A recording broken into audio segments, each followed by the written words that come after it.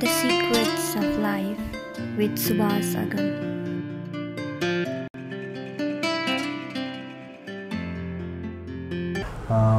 अब अलिकति चाहिँ थोरै प्रसङ्ग चाहिँ अब हजुरको लोटस लाइफतिर पनि फर्किन मन लाग्यो। हजुर, हजुरको यो सत्सङ्ग सुनिसकेपछि रामगुरुका प्रसङ्गहरू पनि धेरै मन पर्यो भन्नेहरू पनि हुनुहुन्छ।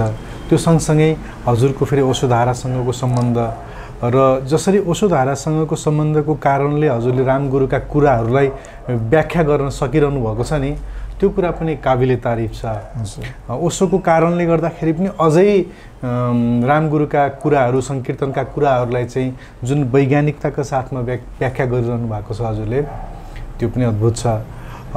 यति बेला हाम्रो कार्यक्रम हेरिरहँदा एउटा कोही आम दर्शकले रामगुरुको त्यो परम्परा थियो, सङ्कीर्तनको परम्परा थियो, ध्यानका विधिका कुराहरू अहिलेका परम्पराहरूका गुरुहरू विशेष गरेर जग्गी वासुदेव सद्गुरु अथवा चाहिँ हाम्रो सिद्धार्थ औलिया गुरु लगायत विभिन्न परम्पराका गुरुहरूले ध्यानलाई जुन अगाडि बढाएर लिएर आइरहनु भएको छ नि, हजुर, अहिले बजारमा ध्यानको कुरा इभन ओम शान्ति भन्ने संस्थाले पनि ध्यानलाई अलिक बढी चाहिँ बाहिर मुखर भएर चाहिँ ध्यानकै बढी वकालत गरिरहनु भएको छ। हजुर, ध्यान र चाहिँ यो सङ्कीर्तनको सम्बन्ध कस्तो खालको हुन्छ? आहा, बहुत सुन्दर। ल अब अलिकति साधनामा डुबौँ है त। त्यसो भए ठिक छ, अहिले अलिकति गुरुहरूको चर्चामा बितायौँ थोरै समय।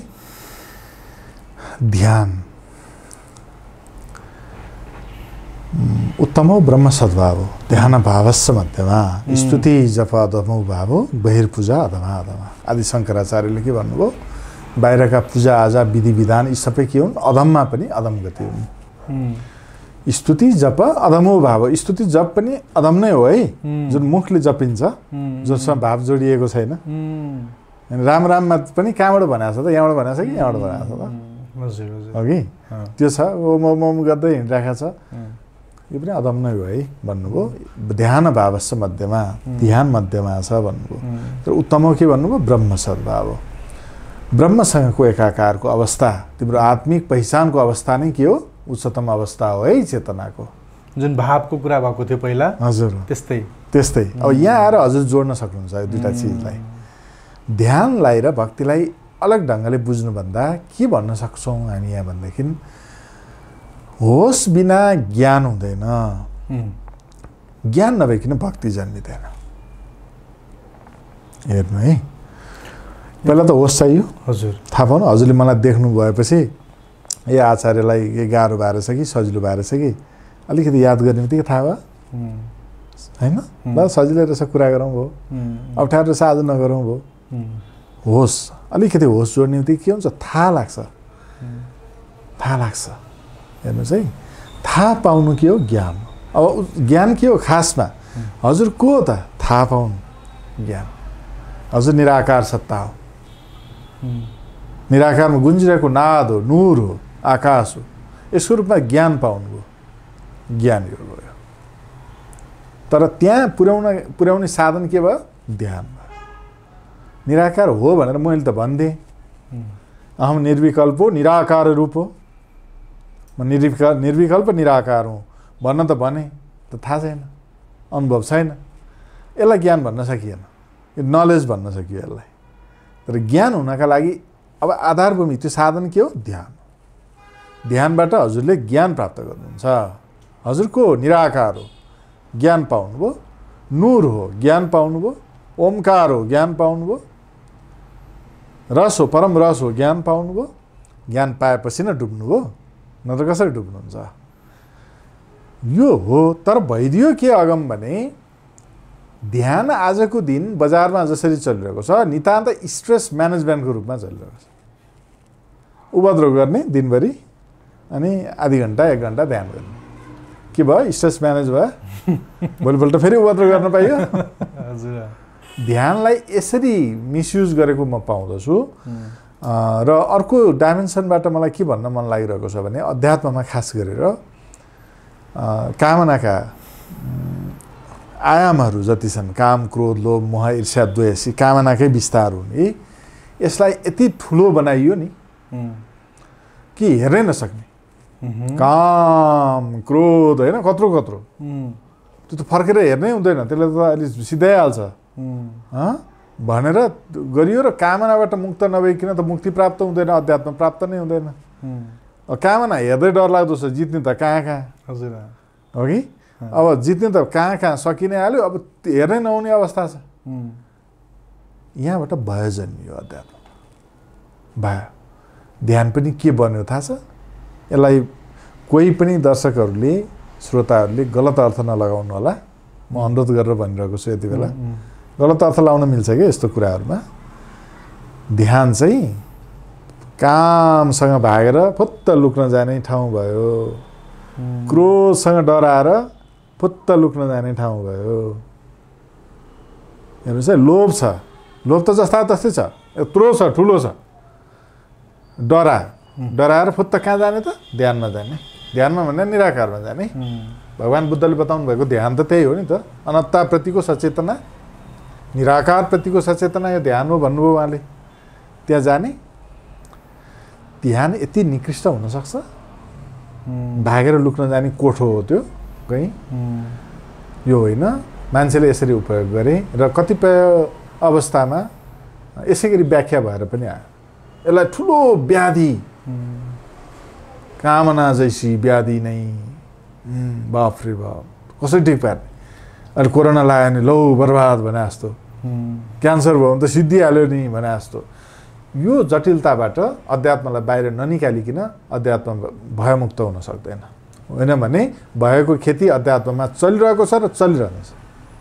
भय हाल्दिन एउटा डर, उसै मान्छे डरले थरथर कापेर बाँचिरहेको छ, अब यहाँ माथि डर हाल्दिने। यो अध्यात्म हुनसक्छ? हुन सक्दैन। त्यसो भए के त? त्यसो भए के भने ओशो के भन्नुहुन्छ? अब यहाँ ओशोलाई नसम्झिकन उत्तर पाइँदैन। ओशो के भन्नुहुन्छ? जीवन नै हो प्रभु, नखोज्नु अन्त कतै। जीवन नै प्रभु हो। तपाईसँग आँखा छ, कान छ, नाक छ, जिब्रो छ, छाला छ, यी ज्ञानेन्द्रियहरू छन्। मान्छे डराएको यही होइन? यहाँ तथाकथित गुरुहरू डराएको त्यसैमा होइन? किन डराएको ज्ञानेन्द्रियसँग यति धेरै? नगरकोट हेर्न हजुरलाई मन लागेको छ, योसँग त्यो मनलाई कति तागत छ? अगम गएर तपाईँलाई 1 हप्ता जति नगरकोट राखिदियो भने टेन्सन हुन थाल्छ। तपाईँ गएर 5 मिनट, 10 मिनट, आधी घन्टामा तपाईँको आँखाको रहर सकिन्छ? सकिन्छ कि सकिँदैन? त्यही रहरलाई पनि तपाईँ होस जोड दिनुभयो भने के बन्छ? अहिले साधना बन्छ। तपाईँलाई सुन्न मन लागेको छ, मधुर गीत सुन्न मन लागेको छ कि अथवा कुनै नराम्रै कुरा पो सुन्न मन लाग्छ कि? मनको त ऊर्जाको डबल डाइमेन्सन छ। हजुर। यसको सकारात्मक मात्रै डाइमेन्सनमा कुरा गरेर यो कम्प्लिट हुँदै हुँदैन। ऊर्जालाई जहिले पनि दुईटै अवस्थामा व्याख्या गरेर बुझ्नुपर्छ हामीले, अनि मात्रै काम लाग्छ, नत्र काम लाग्दैन। कसैलाई मिठो बोल्न मन छ, कोही नितान्त व्यक्तिगत पुरानो साथी कोही फेला पर्यो भने त्यहाँ गएर छाडा बोल्न पनि मन छ। इमान्दार त हुनु पऱ्यो नि आफूसँग कम्तीमा, परेन?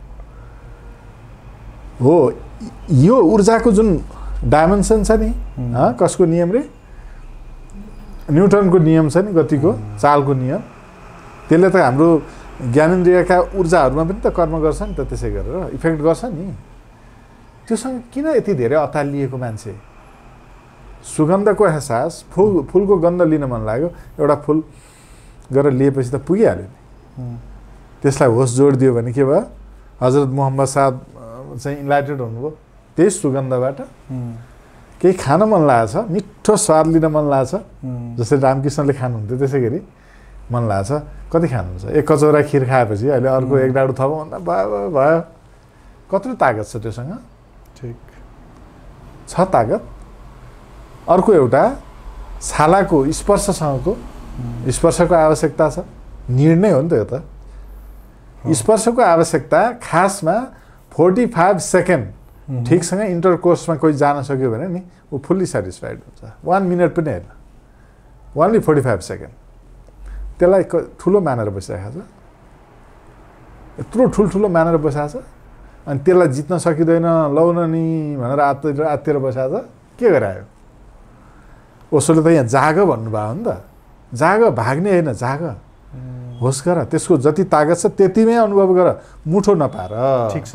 बहुत सुन्दर। हजुरले चाहिँ यो प्रसङ्ग भनिरहँदा यसैसँग जोडिएको अब हजुरको जुन यो लोटस लाइफ संस्था छ र यहाँ जुन साइको सोसल काउन्सिलिङको काम हुन्छ, यहाँ अघि माझीसँग पनि थोरै छलफल हुँदै थियो कि यहाँ धेरै क्लाइन्टहरू जो हजुरकोमा चाहिँ काउन्सिलिङको लागि आउनुहुन्छ, हजुरहरूले हामीले भन्दा हजुरहरूले नजिकबाट समाजलाई छाम्न बुझ्न पाउनुभएको छ। हजुर, काउन्सिलरको रूपमा धेरै महिला, पुरुष, बच्चा, युवा, वृद्ध सबैलाई काउन्सिलिङ गर्ने क्रममा समाजमा कस्ता खालका समस्याहरू बढी देखिन्छ र यसलाई कसरी सम्बोधन गर्न सकिन्छ होला, के छ यस्तो? हजुर,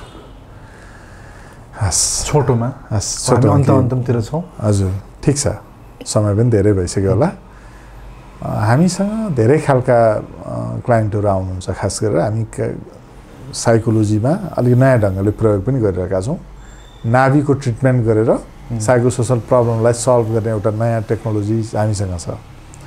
म र मेरा स्टुडेन्टहरू जति पनि छन्, झन्डै 100 भन्दा माथिले ट्रेनिङ लिइसकेका छन्। ठिक, उनीहरू सबैले जान्दछन् त्यो गर्नलाई। हजुर, इटरीमा त हाम्रो एउटा शाखा छ, त्यो चलि पनि रहेछ अहिले पनि। हजुर हजुर।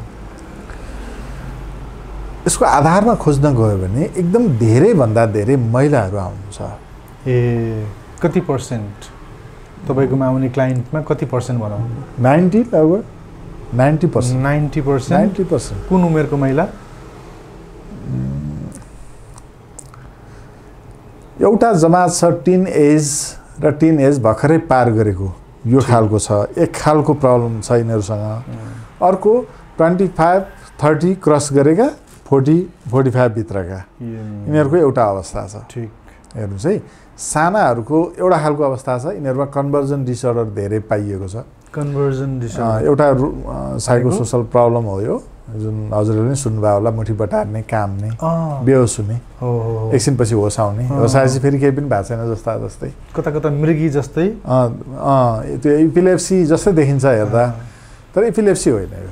कहिलेकाहीँ फेरि गाउँघरमा भूत प्रेत चढेको भन्छ नि, बोल त्यो बक्ने भन्छ नि, हजुर, काम्ने त्यो खालको समस्या छ। आजसम्म हामीले गरेको ट्रिटमेन्टमा यो सौभाग्यले एकजना पनि कसैको रिपिट भएको छैन अहिलेसम्म। कम्प्लिटली ठिक हुन्छ यो, कम्प्लिटली ठिक हुन्छ।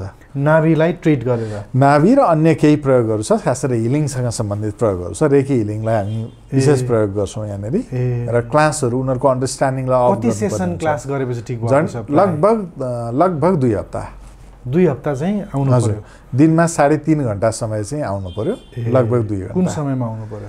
हामी 10 बजे अफिस खोल्छौँ नर्मल्ली, 10 देखि बेलुका 6 बजेको बिचमा आउनु पर्यो। हजुर, 2 शिफ्ट गर्छौँ हामी नर्मल्ली काम। ठिक छ, यो महिलाहरूमा भएको समस्या एउटा यो भयो। अर्को एउटा छ, म त्यसमा आउँदै थिएँ। अर्को के छ भने अत्यन्त धेरै आत्म अपमानबाट विकसित भएको कारण यो समस्याहरू चाहिँ धेरै छ महिलाहरूमा। आत्म अपमान, झट्टै हेऱ्यो भने बाहिरबाट आफूलाई यसो राम्रो बनाएर सिँगारिएर हिँडेको पनि देखिन्छ, तर भित्र छैन, भित्र खालीपन छ, टोटल्ली खालीपन छ, कुनै पनि आधारशिला छैन। यसमा हाम्रो समाजको जुन यो अर्थ व्यवस्थादेखि लिएर समाज व्यवस्था सबै जिम्मेवार छ। यो अलिकति कुरा गरेर अलिकति कोट्याएर मात्रै समाधान हुनेवाला छैन। यसको गहिराई धेरै गहिरोमा छ समस्या। यसमा प्रपर्टी पनि जोडिएको छ, किनकि प्रपर्टी विहीन छन् दिदीबहिनीहरू, महिलाहरू। सम्पत्ति छैन छ जस्तो अहिले हजुरले भन्नु होला कि अहिले त श्रीमतीको नाममा घर पास गर्ने चलन छ नि त। घर पो पास गर्दा त कहाँ उहाँको 5 रुपियाँ निकाल्नु पर्यो भने अर्कासँग नसोधिकन प्राप्त हुन्छ। घर त जग्गा त हस्बेन्डले ल फलानलाई पास गरिदेऊ भने दिन त गरेर थिच्नु पर्यो, नथिचा दिन त डिभोर्स हुन्छ नि, प्रब्लम सुरु हुँदैन त्यहाँबाट। खोइ ब्याकअप पूर्ण रूपमा पराधीन नेपालको कानुनले आमा बाउबाट चाहिँ अंश पाउने पूर्ण रूपमा प्रावधान दिएको छ। अहिले केही समय यता महिलाहरू कानुनको दृष्टिमा धेरै बलियो भएका छन्। सजिलोसँग चाहिँ मान्छेलाई फसाएर सम्पत्ति लुट्नको लागि चाहिँ विवाह गरेर अनि डिभोर्स लिएर सम्पत्ति पुरै लुटेर लगेको भन्ने प्रसङ्गहरू पनि आइरहेको हुन्छ न्युजमा। हजुरले भनेको चाहिँ यो घरमै भएका गृहस्थी महिलाहरू यो आम समस्या मा चाहिँ जुन मसँग इकोनोमिकली म चल्न पाइनँ, मैले भनेको कुरा किन्न पाइनँ। अझै यसरी भनौँ है बाबु, 2 मिनट समय लिउँ ल। ठिक, बरु एडिट गर्नु पर्यो, गरौँला, थोरै याद गरौँ। दुई खालको अवस्था भयो। एउटा चाहिँ मसँग खर्च गर्ने पैसा भएन भने नितान्त सर्फेसको कुरा भयो, यो प्रब्लम होइन। ओके, यो यसलाई प्रब्लमको रूपमा लिन हुँदैन, हामीले गहिराइमा गएर बुझ्नु पर्यो। एउटा छोरी घरमा जन्मिन्छ नि, जन्मेपछि पहिलो दृष्टि आमाको जब पर्दाखेरि आमाको विचार के आउँछ होला, यसरी कल्पना गरौँ त, यो कसैको घरमा जाने हो, पराइधन। सम्पूर्ण रूपमा उसलाई तयार कसरी गरिन्छ, त्यसै गरी गरिन्छ। भाँडा माझ्न उसले किन जान्नुपर्छ भन्दा भोलि घर खानुपर्छ, लुगा किन धुन जान्नुपर्छ भन्दा घर खानुपर्छ। सम्पूर्ण रूपमा त्यो घरको छोरा मान्छे छ, सँगै जन्मिएको भाइ छ अथवा दाइ छ, ऊ मालिक जस्तो भएर बसिरहेको छ। त्यही बहिनी अथवा दिदी के भएर बसेको छ भन्दाखेरि पाहुना जस्तो भएर बसेको छ, मानौँ कि मामा घरमा फुपू कहाँ गएर बसे जस्तो। किनभने ऊ पर्मानेन्ट छैन, उसको केही पनि, ऊ छोडेर जानेवाला हो। जन्मेकै दिनबाट सुरु हुन्छ यो। कानुनमा त व्यवस्था भएको छ, तर कानुनी परिभाषालाई हामीले खोज्ने हो भने घरको कानुन सबैभन्दा बलियो हुन्छ, समाजको कानुन त्यसपछि बलियो हुन्छ, त्यसपछि प्रान्तको कानुन हुन्छ, राष्ट्रिय कानुन त अन्तिममा मात्रै लागू हुन्छ वास्तवमा भन्यो भने समाजमा। त हेर्नुहोस्, देशमा कानुन हुँदाहुँदै छुवाछुत हटाएको होइन, खोइ हेर्नु न अहिलेको ताल समाजमा त त्यही छ नि त। अहिले सम्पत्ति, हामी महिलाको समस्या के छ भन्नेमा थियौँ। हजुर, म त्यहाँ छु अलिकति, यसलाई मैले बताउनु आवश्यक ठाने। जस्तो सरकार के भन्छ, कानुनले त व्यवस्था गरेको छ, पैतृक सम्पत्तिमाथि छोरीको पनि समान हक छ नि त आजको दिन त। तर त्यसका लागि को तयार छ त? त्यो दिन्छ त? दिने गरेर मानसिकता तयार गरेको छैन। छोरीलाई तँ पनि उत्तिकै हकदार होस् भनेको छैन। उसलाई पराई धनको रूपमा विकास गरेको छ, त्यो विकसित हुँदै जान्छ। भोलि बिहा गरिसकेपछि पनि त्यो घरको प्रपर्टीलाई युज गर्नका लागि उसले के गर्नुपर्छ? मुद्दा लड्नुपर्छ। पर्छ कि पर्दैन? मुद्दा लडेर पनि पाउने के हुन्छ? यता 1 आना, ऊ त्यहाँ 2 पैसा, ऊ त्यहाँ 1 पैसा, जुन कहिले बेच्छु भन्दा बिक्दैन, बिक्री पनि हुँदैन, कुनै काम पनि आउँदैन। यो अवस्थामा छ। यो सम्पूर्णको प्रभाव अहिले सिचुएसनमा भोग्नु पर्या त छैन होला बाबु, तर भित्र त छ नि त त्यो खालीपन। अब कम्प्रोमाइज गर्न सिकाएको छ हरेक कुरामा, मैले सहनुपर्छ। छोरी तैँले सह है, आमालाई केही भन्न गयो भने त्यति सहिँदैन, घर जोगिन्छ। त्यति चुप लाग्दैन, घर जोगिन्छ। भन्दा भन्दा भन्दा त्यो थुप्रिँदै यति विकराल भएको हुन्छ कि अब शरीरमा सेन्सेसन छैन, अब सेन्सेसन लेस छ। कल्पना गर्न सक्नुहुन्छ, एउटा ढुङ्गालाई छोएको हो कि मान्छेलाई छोएको हो थाहा छैन, कुनै पनि त्यो प्रतिक्रिया छैन। छालाको ऊर्जा सबै माथि छ, टाउकोमा छ, तनाव यहाँ छ नि त। जीवनका सम्पूर्ण ऊर्जाका आयामहरूमा कहीँ पनि त्यो ऊर्जा विभाजित छैन, त्यसले सेवा गरेकै छैन जीवनको। यहाँबाट के जन्मिन्छ? अब अनेकौँ रोगहरू जन्मिन्छ।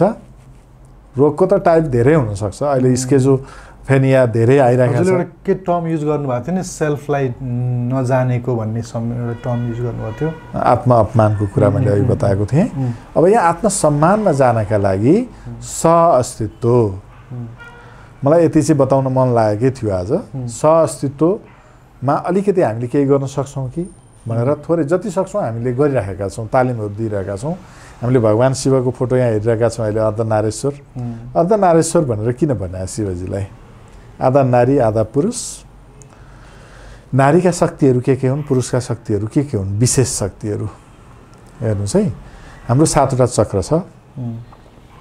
हाम्रो केटा मान्छेमा नारी गुणहरू कम छ, पुरुष गुणहरू छ।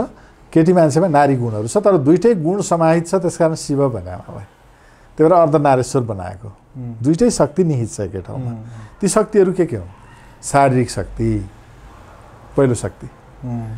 अहिले हजुरले ढ्याकै कसैलाई एउटा केटा मान्छे र एउटा केटी मान्छे जुदा त भनेर लगायो भने त जितिहाल्न त धेरै जसो, सधैँ भन्दिनँ धेरै जसो त केटाले जित्छ नि त। शरीर त प्रकृतिले उसको बलियो बनाइदिएछ नि त। हेर्नुहोस् है, ऊ पनि कमजोर भने आएन मैले, फेरि यो अर्थमा नल्याउँ। बलियो छ, उसले पनि अलिकति आँट निकालेपछि हुन्छ फेरि, तर फर्स्टमै चाहिँ हुँदैन। सृजनशीलतामा को अगाडि छ? पुरुष छ कि महिला छ? धैर्यतामा को अगाडि छ? दुईजनालाई ठ्याक्कै हेर्नु पऱ्यो भने महिला अगाडि छ कि छैन? छ? हजुर कन्भिन्स हुनुभएन भने मलाई रोकिहाल्नुहोस् है। यसमाथि तर्क गर्नका लागि पनि म तयार छु यहाँनिर। यो बुझ्नै पर्ने कुरा हो। त्यसले गर्दा सृजनशीलतामा 9 महिनासम्म बच्चालाई पेटमा राखेर जन्माएर त्यो गुमुच स्याहारेर हुर्काउने तागत छोरा मान्छेसँग छ छैन त्यो धैर्यता छ नारीसँग मात्रै छ हेर्नुहोस् है दोस्रो शक्ति तेस्रो शक्ति अलि त्यहाँबाट हामफाल 1 लाख रुपियाँ पाउँछस् भनेर एउटा केटा मान्छे र एउटा केटी मान्छेले भन्यो भने 1 लाख चाहिँदैन म भनेर हिँड्लिन् छोरी मान्छे छोरा मान्छे जे पर्ला त खुट्टा भाँच्यो नि भाँच्योला भनेर फदालिदिनु बेर लाउँदैन हो कि यसलाई जनरलाइज चाहिँ नगरौँ यो कुरालाई एक्जाम्पल मात्र दिएको जस्ट किन के भनेको भने साहसमा अलिकति छोरा मान्छेको अगाडि देखिन्छ नि यसको अर्थ छोरी मान्छेको साहस छैन भने होइन थोरै एनर्जी सम्हाल्नुपर्छ त्यहाँनिर ठिक छ हाम्रो जुन समाजमा भएका यस्ता समस्याहरू छन् भनेर भनिरहनु भएको छ होइन यहाँनिर मैले भन्न खोजेँ म टुङ्ग्याउँछु यसलाई यी जुन शक्तिहरू जस्तो हृदयसँग सम्बन्धित प्रेम शक्ति नारीमा प्रगाढता छ तर्क शक्ति पुरुषको प्रगाढता छ सङ्कल्प शक्ति नारीको प्रगाढता छ यो शक्तिहरू प्रतिको सम्मान आयो भने धेरै समस्याबाट नारीहरू माथि उठ्छन् हेर्नुहोस् है यहाँनिर के हो त आज ब्रेस्ट क्यान्सर पाठेघर क्यान्सर प्रेग्नेन्सीदेखि बेड रेस्ट किन आइरहेछ के कारणले आएछ छोरी हुनु भनेकै अभिशाप हो भन्ने हिसाबले भित्र कन्भिन्स छ सिस्टम त्यसो हुने बित्तिकै कस्ता हर्मोनहरू उत्पादन गर्छ ब्रेनले विषजन्य हर्मोनहरू उत्पादन हुन्छ इन्फेरियोरिटी कम्प्लेक्स आयो कि आएन हामी हर्मोनमा यति छिटो काम हुन्छ नि हाम्रो थिङ्किङबाट हाम्रो फिलिङबाट अहिले कागतीको अचार याद गर्नु त 1 सेकेन्डमा पानी आउँछ मुखमा कति फास्ट काम गर्छ हर्मोनमा यसै गरी म छोरी हुनु अभिशाप हो भनेर एकचोटि विचार आउँदा कस्तो हर्मोन निस्केला र छोरी जनाउने अङ्गहरूमा कसरी एट्याक गर्छ होला हजुरले कल्पना गर्नु त एकचोटि त्यही भइरहेछ प्रेग्नेन्सीदेखि बेड रेस्ट गर्न परेको छ क्यान्सर बढिरहेको छ छोरी हुनुप्रति कहीँ न कहीँ अपमान छ अपमान बोध छ छोरी अलि तगडा भएर निस्की भनेदेखि ए यो त कहाँ छोरी हो र छोरा हो मेरो बाबाआमाले भने के छोरी हुनु चाहिँ नराम्रो भने हो नि त फेरि पनि यो छोरी छोरा हो भनेर भन्दाखेरि नै अपमान भइसकेन भन्नु त भन्दै भइसक्यो नि छोरी त छोरी हो नि के को छोरा हो छोरीले राम्रो गर्न हुँदैन र छोरीले जिम्मेवार हुन सक्दिन र सक्छ नि तर यहाँनिर अलिकति जिम्मेवारी बढीपन देखियो उसमा बडप्पन भने यो त मेरो छोरा हो भने के त छोरी भएर चाहिँ यो हुन हुँदैन है भित्र कोरमा के छ अपमान छ यो अपमानबाट माथि उठाउन सकिन्छ हामी सबैले जहाँबाट जसरी सक्छौँ जति सक्छौँ प्रयत्न गर्दै जानु चाहिँ आवश्यक छ हस् थ्याङ्क यू हुन्छ साह्रै मजा आयो एकदम मिठो सत्सङ्ग भयो साह्रै राम्रा अनुभूतिहरू सेयर गरिदिनु भयो हजुरको यो पुनः अर्को एउटा सत्सङ्गको लागि आभारी छु थ्याङ्क यू भेरी मच हजुरलाई पनि धेरै धन्यवाद आज अलिक मिसमास कुरा धेरै गऱ्यौँ हामीले तर यसलाई दर्शकहरूले अलिकति मनन गरेर हेरिदिनुहोस् म यही अनुरोध गर्न चाहन्छु र हजुरलाई पनि धेरै धेरै धन्यवाद दिन चाहन्छु थ्याङ्क यू भेरी मच हुन्छ त यो संवाद यतिन्जेल हेरेर बसिदिनु भएकोमा हजुरलाई आभार व्यक्त गर्न चाहन्छु क्यामेरामा साथ दिने अतुलजीलाई विशेष धन्यवाद दिँदै कार्यक्रमबाट बिदा हुन्छु नमस्कार The Secrets of Life with Subhas Agam.